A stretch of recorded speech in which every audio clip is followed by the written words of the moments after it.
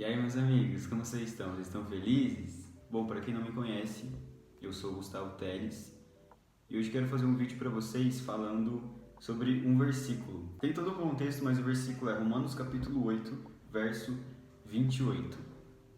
Todas as coisas cooperam para o bem daqueles que amam a Deus. E essa frase em específico, que é uma frase que a gente ouve muito, eu queria abordar um pouco sobre ela, queria falar um pouco sobre ela.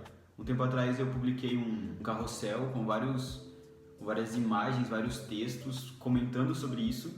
E basicamente o vídeo que eu vou fazer hoje é lendo aquilo que eu já havia comentado. Então, na verdade eu vou falar de algo que eu já tinha falado com vocês. Então eu vou acompanhando aqui no notebook esses textos, essas imagens que eu tinha feito. E a gente vai percorrendo aí falando um pouco sobre isso, tá bom? Bom, então vamos lá. Todas as coisas cooperam para o bem daqueles que amam a Deus. Será que entendemos o verdadeiro significado desse tão conhecido texto?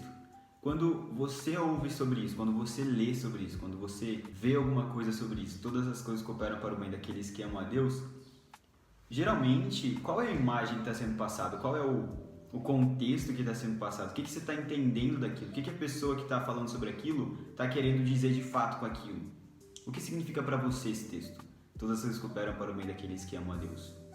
Eu já logo te adianto que não significa que todas as coisas vão dar certo, até porque aqui é Romanos 8, 28. Vamos voltar um pouquinho? Ali no versículo 18.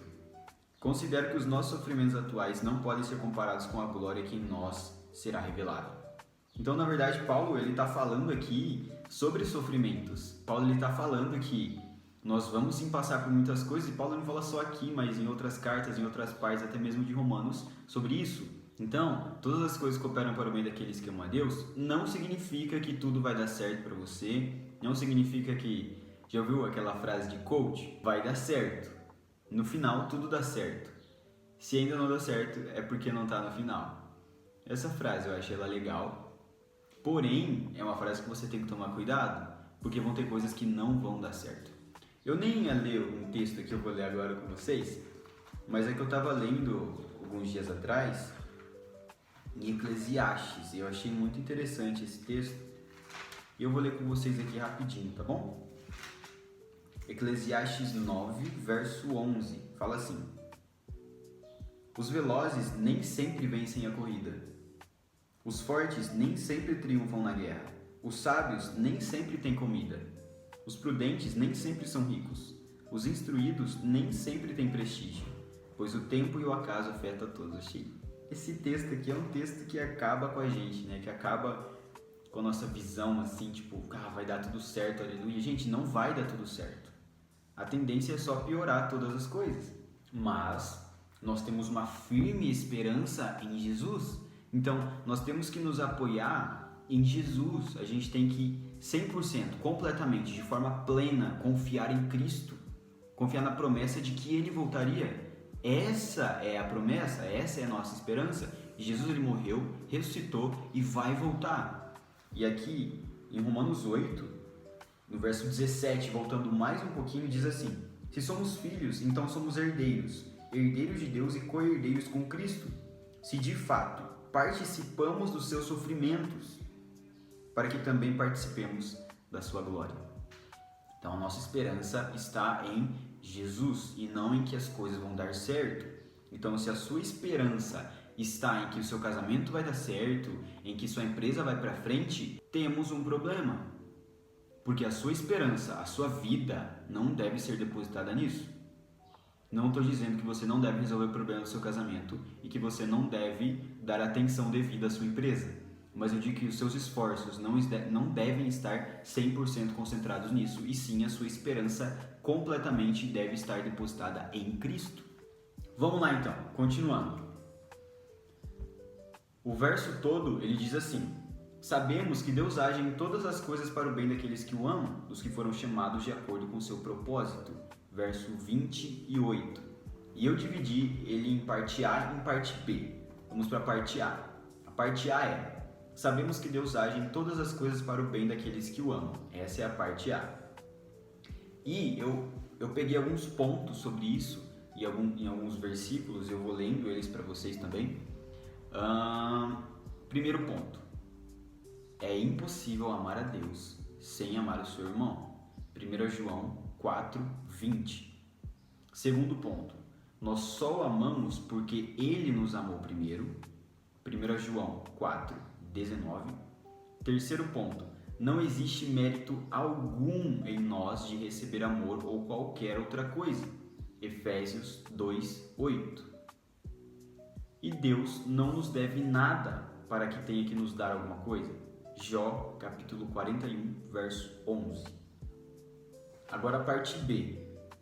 Dos que foram chamados de acordo com o seu propósito. De acordo com o propósito de quem? Com o seu propósito? Com o meu propósito? Não, o propósito de Deus. Então na parte B eu também anotei alguns pontos que eu também vou compartilhar com vocês agora. Primeiro ponto, o propósito é sermos como Jesus. E a gente vê isso em Romanos 8:29, um versículo após aquele que a gente está analisando. Então, Romanos 8:29, esse eu preciso ler para vocês, e diz assim: pois aqueles que de antemão conheceu, também os predestinou para serem conformes à imagem de seu Filho, a fim de que ele seja o primogênito entre muitos irmãos. Então, vamos lá, qual que é o contexto aqui de Romanos 8:28? Plano da salvação. Esse é o contexto. Do que está falando aqui? De salvação. É sobre isso que está falando e não sobre que tudo vai dar certo, que tudo vai ser um morango para você, ou que se não deu certo ainda é porque não está no final, porque eu te garanto que vai chegar no final e não vai dar tudo certo ainda. Mas Jesus vai voltar. Nós estaremos com Ele e seremos glorificados com Ele. Porque assim como participamos hoje dos sofrimentos com Ele, nós também participaremos da sua glória. E Paulo ele fala que considera os nossos sofrimentos como algo que não pode ser comparado com a glória que vai ser revelada em nós.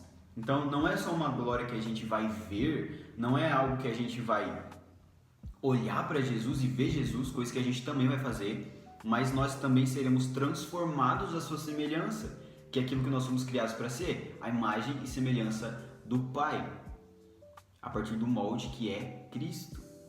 Jesus é a imagem do Deus invisível, Colossenses 1:15.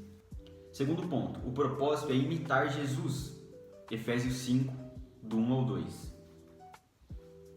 Terceiro ponto, nós fomos criados para sermos como Jesus, Gênesis 1:26. E o propósito, quarto ponto, e o propósito é fazermos parte da família de Deus, Efésios 1, do 5 ao 7, esse aqui vale muito a pena eu ler para vocês também. Em amor, nos predestinou para quê?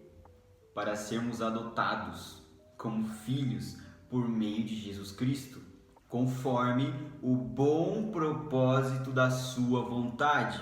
Então, vamos voltar um pouquinho aqui rapidinho no verso 28 e 29. No final do verso 28. Sabemos que Deus age em todas as coisas para o bem daqueles que o amam, dos que foram chamados de acordo com o seu propósito. Aqueles que foram chamados de acordo com o seu propósito. E olha o que fala aqui em Efésios, capítulo 1, verso 5.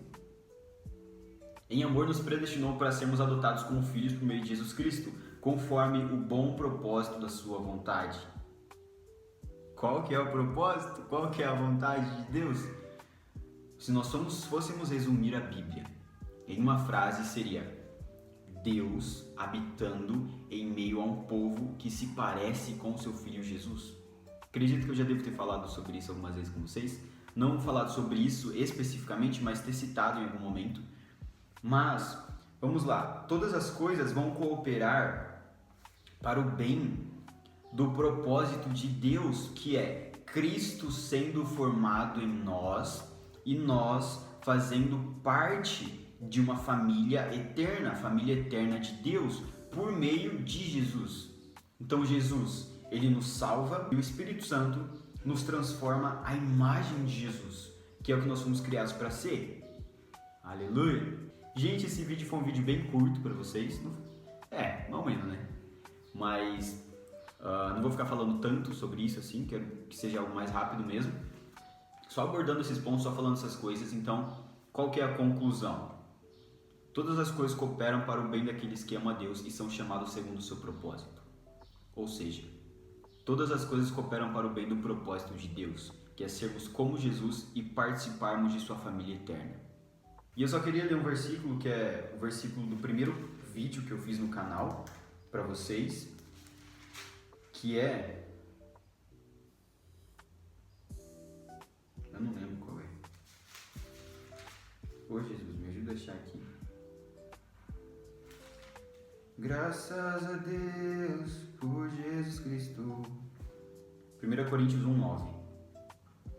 Fiel é Deus, o qual os chamou à comunhão com seu Filho, Jesus Cristo, nosso Senhor. Fomos criados para a comunhão. Amém?